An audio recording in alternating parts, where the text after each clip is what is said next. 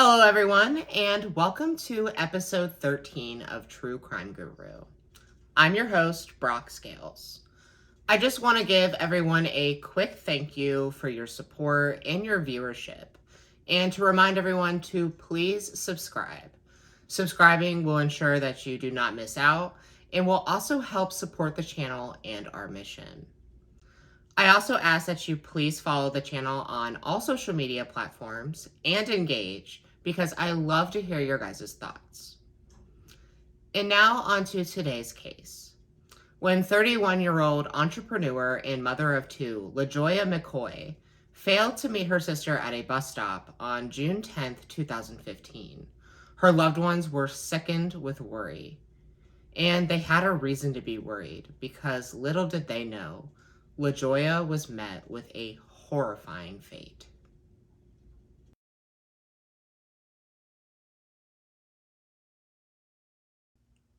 Let me start out by saying that Lajoya McCoy was just drop-dead gorgeous. And not only was she beautiful, she was also very intelligent. Her mother, Summer Jackson, said that Lajoya was always very focused on her studies and was very good in school. So it was no surprise when Lajoya became the first person in her family to go to college and obtain a degree. The family resided in Pasadena, California throughout most of Lajoya's life. However, her mother and siblings would make a big move to Las Vegas, while Lajoya stayed behind to pursue her dreams. Being as smart and determined as she was, Lajoya was able to get a pretty kick-ass job as an auditor for Los Angeles County. She also fell in love. His name was Jose Turner, and he was an aspiring actor. The two would quickly move in together and end up having two beautiful children. The couple were together for 10 years, but eventually separated. However, they were able to maintain a pretty good co-parenting relationship. After her relationship with Jose ended, this is when Lajoya really blossomed. She settled into a nice condo in Monrovia, California, which is one of LA's many suburbs. Her friend Eva told Dateline that Lajoya seemed much happier and freer now that she was single. She was traveling more, going dancing, and testing out the dating pool. She was trying to rekindle some old flames while also igniting some new ones. Lajoya was really looking for a long-term partner, but unfortunately, most of her relationships were short-lived. Even though Lajoya had a pretty good job with the county, she really wanted to be her own boss. And being as determined as she was able to accomplish that. While she still kept her full-time job, she ended up opening a boutique and was also working on developing an app. The sky was really the limit for Lajoya McCoy, which just makes what ultimately ended up happening to her all the more tragic. Lajoya had a lot going on. She had a full-time job, a full-time business, all while trying to be the best mother she could be and while searching for the one. She ultimately decided that she needed some help. So she called her mom and asked if one of her sisters could come out to LA so that she could help out with the kids and such. Her mother agreed, and one of Lajoya's sisters boarded a bus for LA. The bus was set to arrive on June 10th, 2015, and Lajoya was supposed to meet at the bus stop to retrieve her sister. But when her sister arrived in LA, Lajoya was nowhere in sight. It's easy to think, well, maybe she was just running late or something. But the bus itself was actually an hour late, so that just made that theory less likely. Of course, her sister immediately called her mom, who notified Lajoya's uncle David, who went to go get Lajoya's sister. David and his wife Alicia told Dateline that at this point, they just thought that Lajoya must have lost track of time or was preoccupied with one of her many ventures. But 2 days would pass, and there was still no sign of or word from Lajoya. This is when Summer notified the Monrovia Police Department, asking if they could do a wellness check on Lajoya. Some patrol officers went by Lajoya's condo at the 800 block of West Olive Avenue, and they found the door locked, curtains drawn, and nothing suspicious. There was no sign of any foul play or that Lajoya was in any kind of danger. So the officers left and they let Summer know of their findings. But this did nothing to ease Summer's worry. After all, she had a pretty good reason to think that Lajoya might be in some kind of trouble. You see, Lajoya had a stalker. In the months prior, she reported to her friends and family that someone was breaking into her house. She said that she would leave things in certain places and then later find them somewhere else, and that some things were even missing. She even found her tires slashed once and thought that this person somehow had access to her Facebook account. Because Lajoya had shared this with several people, more of her friends made calls to the Monrovia PD worried about Lajoya. So officers went out to the condo for a second time. This time, they talked to some neighbors to see if they had seen Lajoya or if they noticed anything weird going on. But they didn't really have much to say. So again, officers just left and let Lajoya's loved ones know that at this time, they didn't have any reason to suspect that something nefarious had happened. The one person who didn't seem very worried at all was Lajoya's ex, Jose Turner. Since Lajoya was missing, he had dropped the kids off at David and Alicia's, and they said that he didn't even ask about Lajoya. I mean, this is the mother of his kids, so you think that he would be at least a little concerned about where she is, especially since she needed to take the kids. The Monrovia police also called Jose during this time, and he told them that they would need to speak with his lawyer. Now, I am a big advocate for getting an attorney when speaking to law enforcement about a missing or murdered loved one. But the police didn't even think that something was up with Lajoya at this point, and they hadn't spoken with Jose before to give him any indication that he was under suspicion. So I do think it's a little suspicious that he would have an attorney that quickly. One of Lajoya's friends, Luther Walls, also went by Lajoya's place to check things out. Luther was an old flame of Lajoya's that they had actually tried to rekindle, but they decided to just stay friends instead. He reported that he didn't see anything suspicious either. So Lajoya's friends and family decided to take a step back. They think to themselves, maybe we were just letting our minds go to the darkest place, and perhaps Lajoya went off somewhere to just relax. After all, she did have a lot of stress. She had dinner with her friend Bernadette a few days prior, and during this, she had exclaimed that she needed to close the boutique due to financial problems. On top of this, she had work, motherhood, and a stalker. Her sister Brianna told Dateline that it wasn't uncommon for Lajoya to disconnect for a little while. And she had also mentioned to her friend Eva that she was thinking about going on a retreat in Arizona where phones were not allowed and she could have some time to relax and unwind. But by the time that 5 days had passed and Lajoya had missed several meetings and appointments, Summer called the Monrovia PD again. This time, when officers went by the condo, they actually forced themselves in. At first glance, they didn't see anything amiss in the kitchen or the living room area, but that would quickly change when they went back to the bedrooms. The kids' bedrooms were completely ransacked, and what they would find in the master would be alarming. There were bloodstains on the carpet and on the mattress, and splatter all over the walls. The comforter and bedding were missing, and there was a strong smell of bleach. Something terrible had happened in that bedroom. The Monrovia Police Department knew that they did not have the capacity to handle this, So they quickly turned it over to the Los Angeles County Sheriff's Office. Detective Eddie Brown arrived to the scene to assess the situation. They would find that LaJoya's phone, purse, and her car were all missing along with LaJoya. They would quickly be able to rule out robbery because there was no sign of forced entry into the apartment, and the mess in the kids' rooms looked obviously like a staged robbery. I've said this before, but people who commit home invasions will usually leave if somebody is home, and rarely kill them.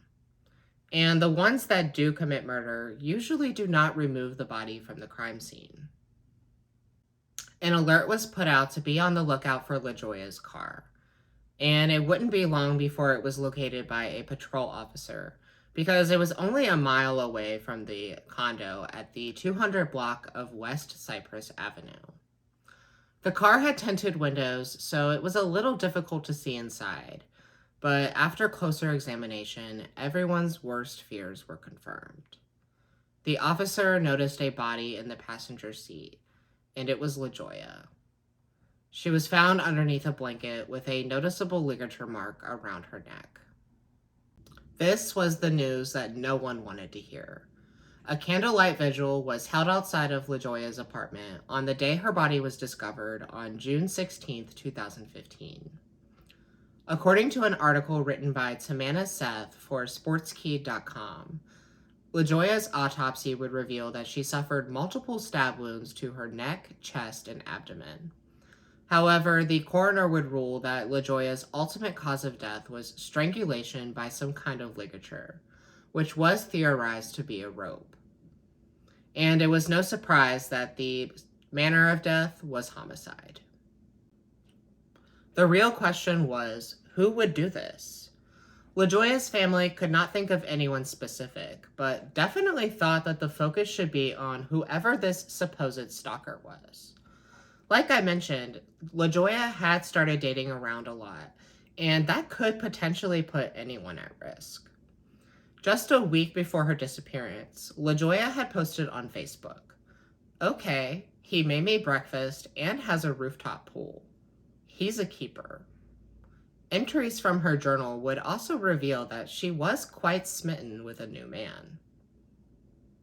I'm not actually sure if the identity of this new man in LaJoya's life was ever revealed, because investigators would receive a tip that led them in a new direction. Remember that dinner that LaJoya had with her friend Bernadette? Well, it turns out that this dinner was the last time that LaJoya was ever seen alive. And according to Bernadette, LaJoya was chatting it up with a man at the restaurant. The security footage would show LaJoya having a conversation with this man at the bar. However, the two would leave separately, and it did not appear that he was following her or anything else suspicious. This would, unfortunately, just end up being a dead-end lead. But then, Detective Eddie Brown got LaJoya's phone records back, and the last person that she ever communicated with raised some eyebrows, and that was Luther Walls. Perhaps the reason that he was so concerned and went to check on LaJoya while she was missing was because he wanted to stay close to the investigation. After all, that is common with some killers. Detective Brown went to interview Walls, and Luther said that he was actually expecting them because he figured he was one of the last people that LaJoya ever talked to. Detective Brown told Dateline that Luther came off very genuine and forthcoming, and he didn't really get the vibe that this was his man. Luther did, however, give Detective Brown some information that would lead him in a new direction. Like she did with several of her friends, LaJoya shared with Luther her concern about the stalker. She said that she had suspicions that the stalker might be her ex, Jose Turner. She specifically told Luther, "If anything happens to me, check with Jose." She also explained that when her tires got slashed, Jose just happened to be in the neighborhood at that time. And this wasn't the only reason to suspect Jose. You see, the couple did not split because they were drifting apart or anything amicable like that. There was a specific daunting reason that the relationship came to an abrupt end. In 2013, Lajoya's uncle David and his wife Alicia were awakened by a loud pounding at their door. When they opened the door, they found a frantic, half-naked Lajoya on the other side. She had just escaped, on foot, a serious domestic incident with Jose. In this alleged incident, Jose had actually came for Lajoya's throat and choked her. Because of this, Lajoya bravely chose to leave Jose.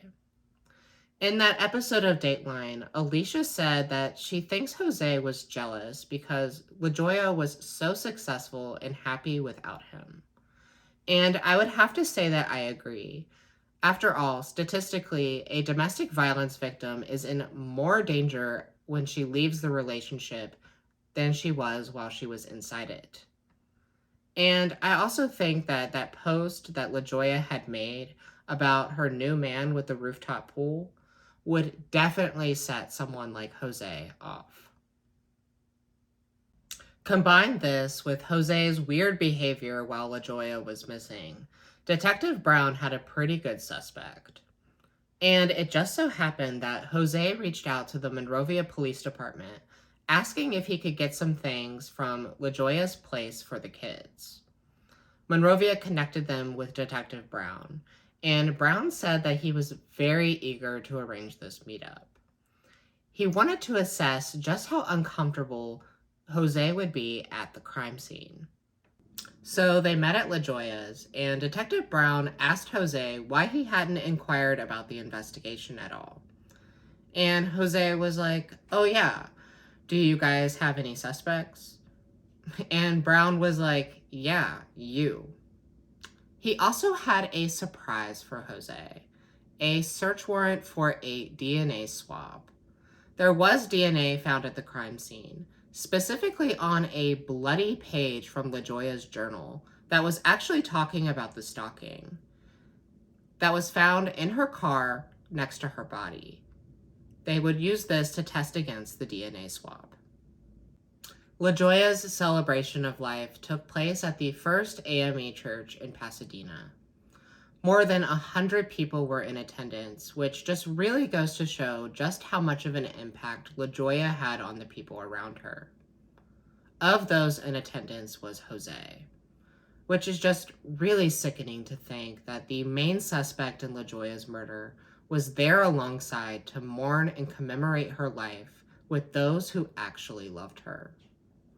Thankfully, this would be one of Jose's last moments of freedom. The DNA test came back positive for Jose Turner, and he was arrested for Lajoya's murder on August 27, 2015. Jose Turner's trial took place 2 years later in the summer of 2017. The prosecution had a mountain of evidence that included the DNA on the note and from the crime scene. And remember those items that Lajoya found missing from her home? Well, they were found in Jose's car. And the most damning and probably the most disturbing piece of evidence came from Jose himself.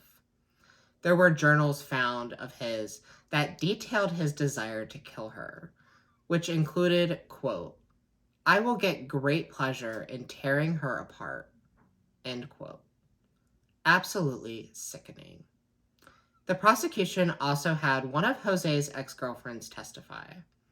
Bravely, she testified that she and Lajoya had shared the same horrific experience with Jose.